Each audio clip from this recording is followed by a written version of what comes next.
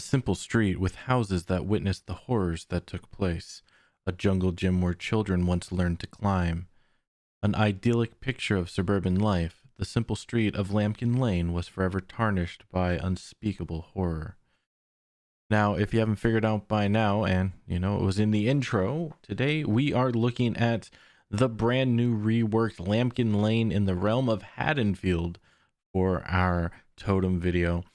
So before we begin, if you guys want to check us out, we do stream live throughout the week at twitch.tv/Parklis. So if you want to hang out, ask questions, just have an all around good time, we'll be there. So for those who don't know what we're doing here, if this is your first time watching one of our videos, or if you're just trying to figure out what's going on, every map has a large pool of totems that can possibly spawn. Now, when the trial starts, the game will randomly select 5 from that pool and place them throughout the map. What we aim to do here is to show you exactly where every single totem can possibly spawn, so you're better equipped to handle any hex totems, or if you just need to find a place to throw down one of your boons. To make it a little easier on you, what we're going to do is split this up into 3 different sections. There is going to be the outer totems. Those are usually going to be in and around your houses or on the outside of the map. There's going to be your street totems, which is going to be on the interior of the map between the buildings or in front of the buildings. And then there's going to be the main Laurie's house map totems. There are a couple that spawn there. So, and there's a little bit of a surprise for one of these totems. So can't wait to show you. But without further ado, let's get into the totem spawns of Haddonfield's Lampkin Lane. All right, now the first totem we're going to look at on the outer ring here is going to be the section of the garden. Now, there's 2 of these garden type areas throughout the map, one on each side of the street. On one side next to the main building, it's going to be on the right of the main building as you're facing it.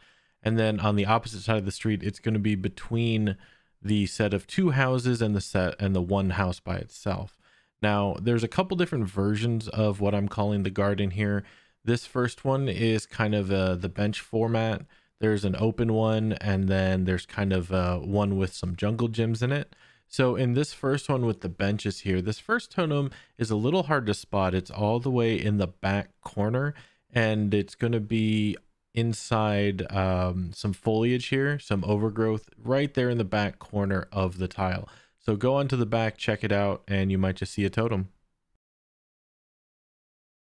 This next one here is the other type of garden with the benches. That's a little bit more open. As you notice, it doesn't have that middle section with the 4 benches around the tree. It's got sets of hedges along each side.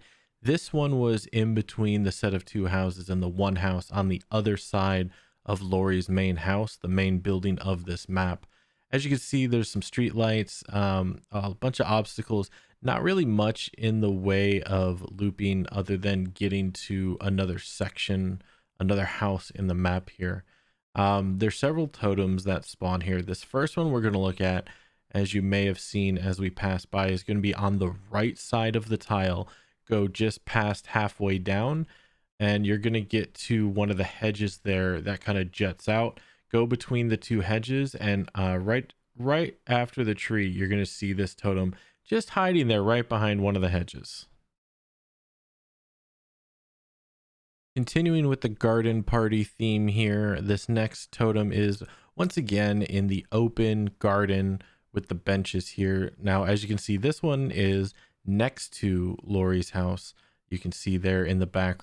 So these different garden set tiles can be randomly placed on either side of the street. It's not just going to pertain to, this garden section is going to be between the 2 houses and the one house, or this one is going to be right next to Laurie's house. They can be on either side here. So with this totem, it's once again in the open garden with the benches here, and it's once again going to be on the right side.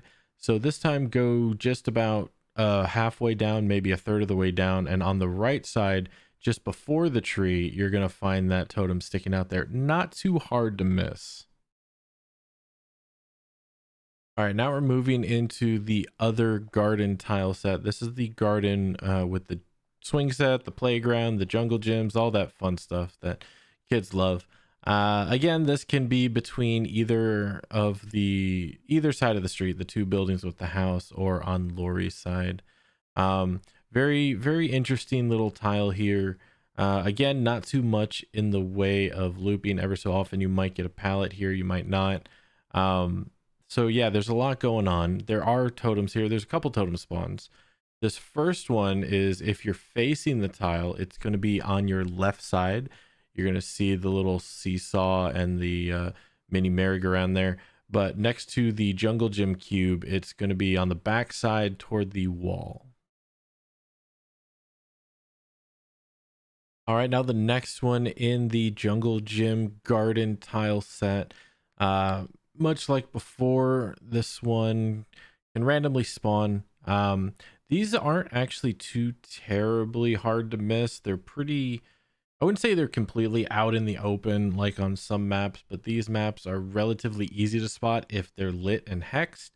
If they're not lit, however, these can be a little difficult to spot due to the lighting and the shadow and just the amount of foliage that's around here. So they can be easy to run by if they're not lit.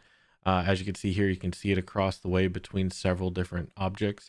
But this one here is if you're facing on the right side, you're going to go past the swing set, and just after you get to the rusted slide, it's going to be there on the facing the outside of the tile.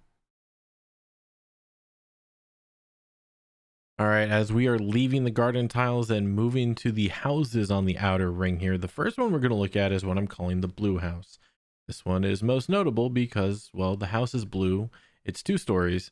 And the houses on this map, much like Dead Dog Saloon and the old Haddonfield, the houses can be in different parts of the map. They're not just regulated to one single plot of land.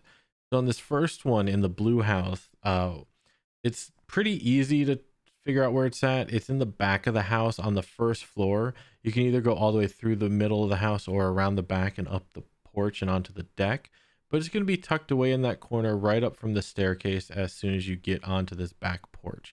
Pretty easy one to spot there.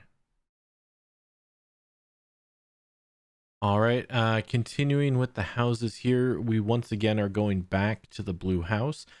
You'll notice that a lot of these tiles have actually multiple different totem spawn locations in these tiles. Unlike some of the more common jungle gym tiles on other maps where there's basically only one totem spawn per tile, so it's pretty easy to figure out where it's at if it's there. These tiles have multiple different totem spawns, so it's good to know exactly where each of them can be. They're all going to be within the tile, but they can be in different places. So the next one here is once again in the back of the house, but instead of on the deck, it's going to be on the attached room next to the deck that has multiple different ways to go in there. One from the living room and one from the deck itself outside the kitchen. As soon as you go into the storage room, it's going to be right at the doorway to the deck, tucked away neatly behind a trash can. All right, continuing with the blue house here. This next totem can be pretty easy to overlook due to the simplicity in its location. We've looked at the back of the house. Now we're going to be looking at the front of the house. This next totem, if you're facing the blue house from the street, it's actually going to be on the front left corner of the house. So you may be thinking, oh, that's going to be an easy to spot because it's right there on the corner. Well, it's tucked away in some grass behind some bushes here, and if it's not lit, it blends in pretty well with the foundation actually. So keep an eye out for this one. You may miss it. All right, don't worry. This is the last time we're going back to the blue house. I'm sure you guys are all sick of it by now, but this next totem is going to also be on the first floor of the house. Oddly enough, there are no totems on the second floor of this house. They all appear to be on the ground floor or outside on the ground. Now, with this next totem, like I said, it's going to be on the first floor of the house. So you have to go ahead and enter in the blue house, and then immediately to your left in the living area, the living room type space, in the corner tucked away is going to be your totem. Now, if you're just running straight through from the front to the back, it's pretty easy to miss, especially if it's not lit. So you kind of have to look out for this one. And if you know where it's at, just take a quick glance when you're running through, see if there's a totem there, and you might just find your Noed.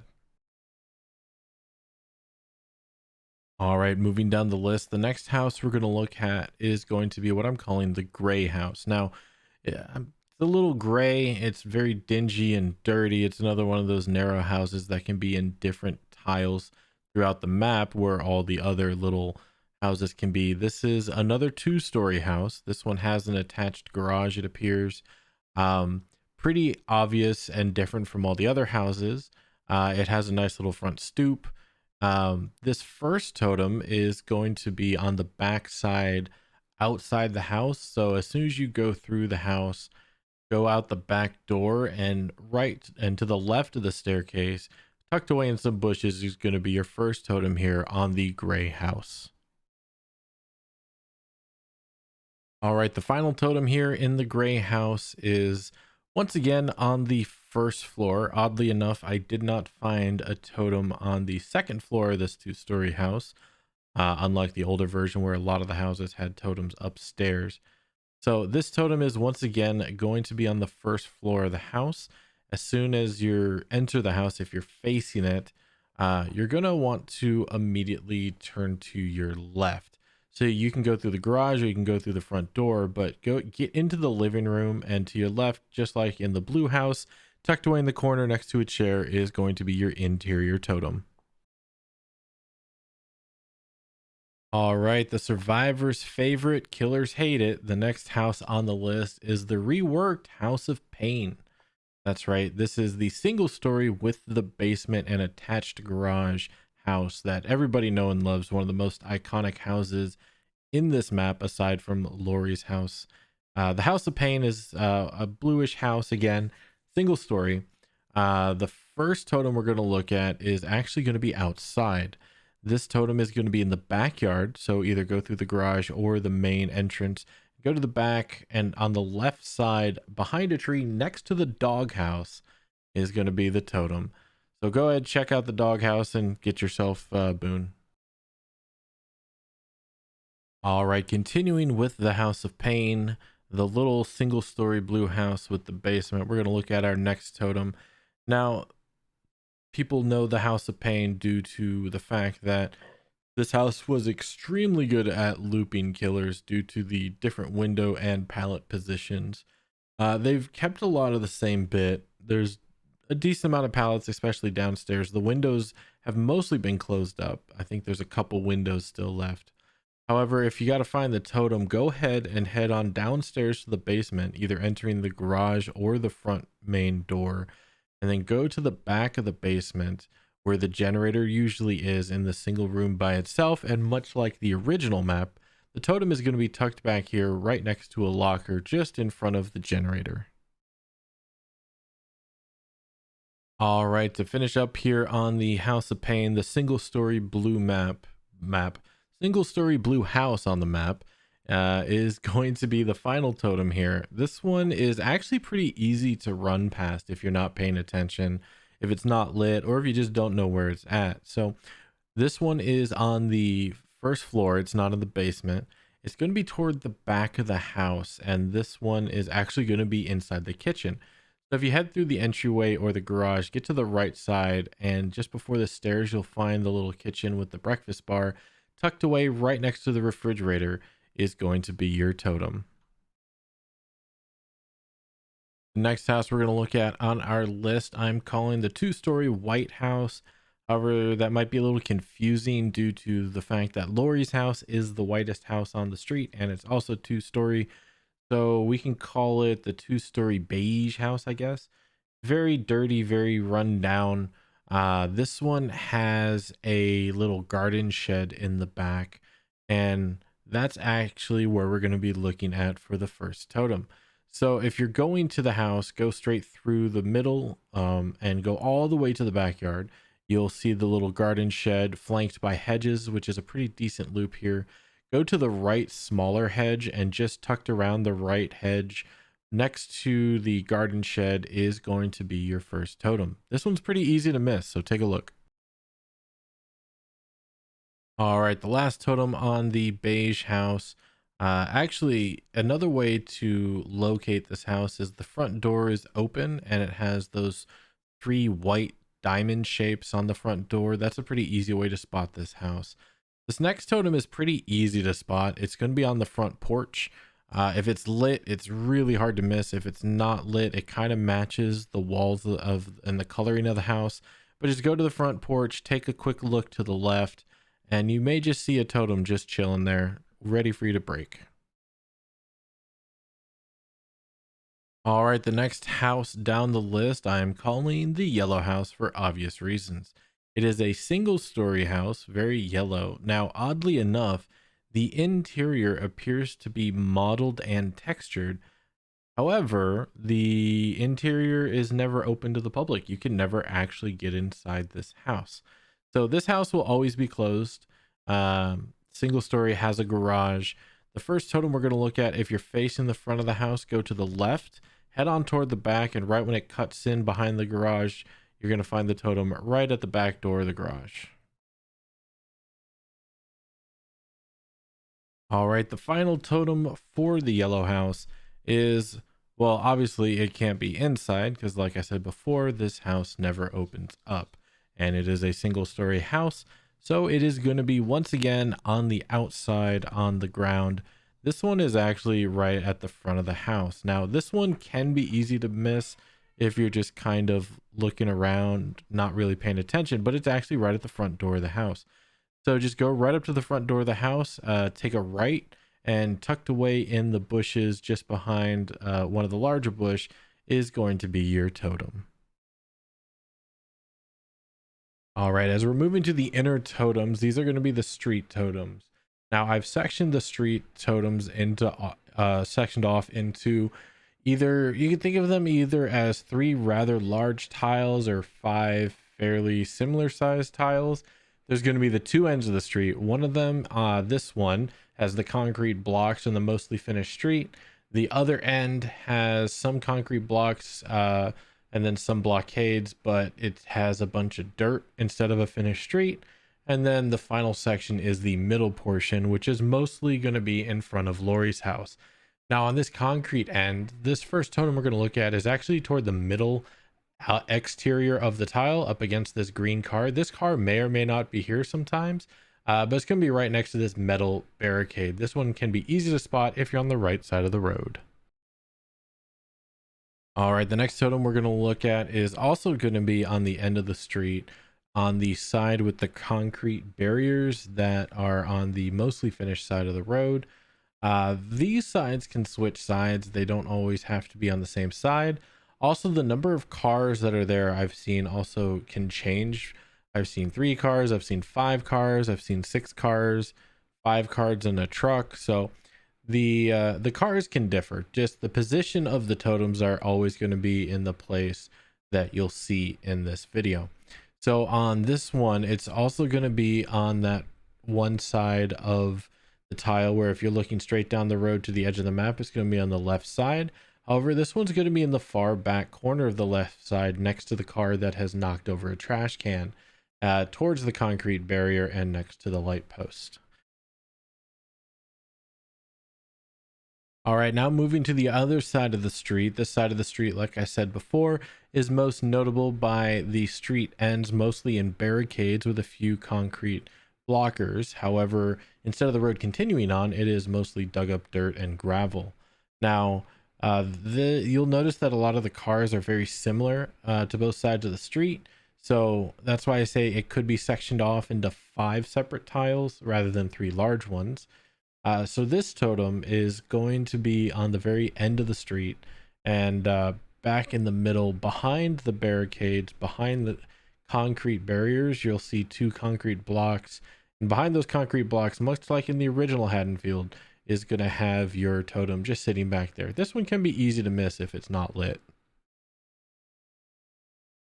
All right, now this one is the exact same totem as I showed you before. This is going to be on the end of the road where the road ends in dirt rather than the road continues. I just wanted to show you that the different configuration in the cars. As you can see here, there's the large work truck. 2 other vehicles are here. And this could technically be considered its own tile that moves into the end of the road tile, as most of these cars at the end of the road are similar. However, I've seen configurations where the end of the road tile is 3 cars, 4 cars, 2 cars. Um, but the totem, like I said, is going to be in the same place there. So this is just to give you an idea on kind of what it looks like, where the totem is going to be in the same place, just a little bit of the configuration is different. So don't let that stop you from looking for the totem in the same place. All right, as we are moving closer and closer to Lori's house, the main building here in Haddonfield, we're going to be looking at the totems of the inner street now. Some of these may look similar just due to the fact of the positioning of the cars and the randomness of the tiles. And because I made 3 large tiles instead of 5 individual ones. This one is going to be on the interior of the street. If you're looking at Lori's large white house, it is going to be on that side of the road. It's going to be up against a station wagon that is near a metal barricade and traffic cones. So yeah, go towards that station wagon, and facing the outside of the street, you're going to find this totem right up against the car and the barricade here at one of the possible pallet loops here on the inside of the street. Pretty easy one to pass up if you're not looking. All right, moving along on the inner street tile. This one looks very similar to the last one because the cars are basically in the same position. The cop car will always be there in front of Lori's house. However, here we have a couple different cars in a different configuration. You'll see the wagon from the last one. The pallet has moved to right next to the wagon rather than across. So further on down, this time it's going to be on the opposite side of the road. You'll get to another station wagon and a car that has ran over some trash cans, or into, it appears. So find that car that has ran into the trash cans and facing the inside of the tile toward the center of the road. You're going to find this totem here, much like one of the end totems, but this one's going to be on the inside of the street. All right, now to finish off the street totems here on the inner street tiles. Once again, the car positions have changed just slightly. You'll notice the truck has now moved closer towards Lori's house, and some of the wagons have moved. So as you can see, the car configuration changes. So get an idea of where the car configurations are, and that'll give you a good idea of where the totems can possibly spawn on that version of the map you're on. This one, we're going to be looking at the actual work truck here. And you'll notice that the work truck has some woods palleted up in front of it. There's some metal barricades, some traffic cones. So on this one, facing the interior of the tile yet again, right into the corner of the metal barricade and the truck, that's going to be your totem. This one may be a little hard to activate though. All right, now we move on to the main building, the star attraction, Laurie Strode's house here, the main building. This has several totem spawns. It's always going to have a generator. It can either be on the outside or the inside. The totems can do the same. They can either be on the outside or the inside as well. Now these first set of totems we're going to look at are going to be on the outside of the building, and then we're going to move on inside to the final totems. This first totem we're going to look at is outside, and if you're facing Lori's house from the street, it's going to be on the left side. Just go past the front porch, and just around the corner on the right side is going to be your totem sitting there. It's going to be hidden behind a tree and some bushes and some shrubbery, and just underneath one of the windows there is going to be your totem. This one's pretty easy to miss. All right, continuing around the outside of Laurie Strode's house. Now, this main building is very easy to see because 1, it's a 2-story house. 2, it is bright and white. 3, it is twice the size of any other house on the block. If any of those are a little difficult to find, well, it will always have the cop car in front of it. So if you're looking for Laurie's house, just look for the flashing blue red lights, and you should be able to find the house with no issues. Now, this next totem is once again going to be on the outside. However, instead of the left, if you're facing the front of the house, this time you're going to go to the right of the house and around the corner, just past the little hill up to the porch. Once again, behind some bushes and underneath the window is going to be your outside totem here. All right, now continuing on the house, the outside totems here on the main building. This one's actually going to be in the backyard. Well, not really the backyard. It's more of the back deck.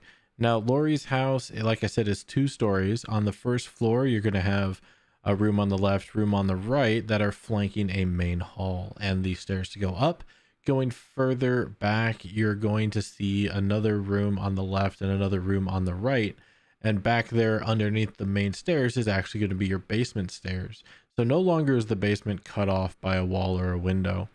And then if you go to the right of that, you're going to get into the kitchen, which will bring you back to the back deck, as well as the left room will also take you back there, usually via window. This totem is going to be right up against the trash cans on the back deck, right near the entrance to the kitchen. All right, the next totem on the list here in the main house is actually going to be on the inside. We're going to start going inside of Lori's house here on the main floor. So interesting about this tile, it does have part of a backyard that has a storage unit that can have a decent loop, but you can't always count on it. You can always get there if you need to get out quickly, but again, you can't always count on it. And the windows in this house have been dramatically decreased. However, there are vaults on porches and patios. So this totem is inside on the first floor and right down the main hall, right up against the stairs. You can see it here. If it's lit, it's easy to see. If it's not lit, you might run right past it. So be careful.